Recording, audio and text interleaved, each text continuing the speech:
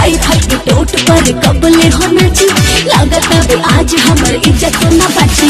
Rifle के टोट पर कबले होना ची लागत बे आज हमर इज्जत न बची। पैसा गोली के नोक पर देता है।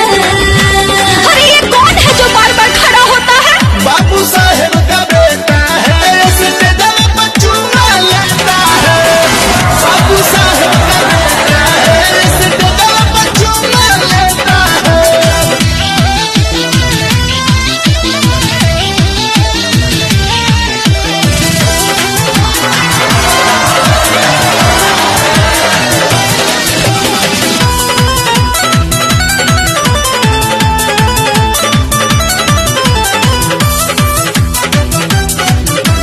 आप सुन रहे हैं सिंगर भीमलाल यादव को। चढ़ली जवानिया के रोस लागे गाड़ी बचबू न जान जाना पिया उतारी। चढ़ली जवानिया के रोस लागे गाड़ी बचबू न जान जाना पिया उतारी। इतना समय न साइन भर पेटा है। ओहो अभी ये कौन है? सिंह जी का बेटा है, सूद समेत सब लेता है। सिंह जी का बेटा है, सूद समेत सब लेता है।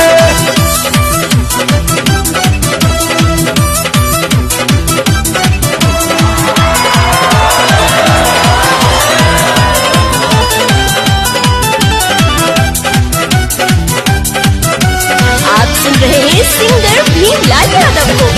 लाठी के होड़ा से हमके डरावा बता। दही दूध के दाम डार्लिंग तो हके देखावता। लाठी के होड़ा से हमके डरावा बता। दही दूध के दाम डार्लिंग तो हके देखावता। तमरिया को बंधल पूरे ठाड़े। हे भगवान अब हाय के हो? जादू जी का बेटा है, टेंशन बहुत देता है।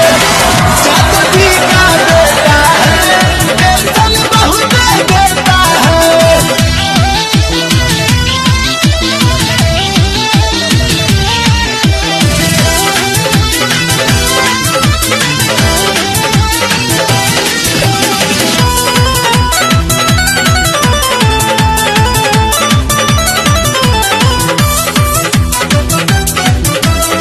गीतकार शैलेश राज यादव। शैलेश राज रहन बाटे बड़ा बाउर।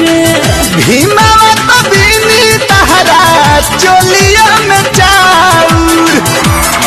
अरे का बुझलू? शैलेश राज रहन बाटे बड़ा बाउर। भीमावा तो बीनी तहरा चोलिया में चाउर। होई के हम कथिया समेटा है। बुझाता है पंडित जी के खानदान हो। बारे जी का बेटा है, भूत भविष्य में लेता है। बारे जी का बेटा है, हाथ देख कर लेता है। राइफल के टोट पर कबले होना ची लागत बे आज हमर इज्जत न बची। राइफल के टोट पर कबले होना ची लागत बे आज हमर इज्जत न बची। पैसा गोली के नोक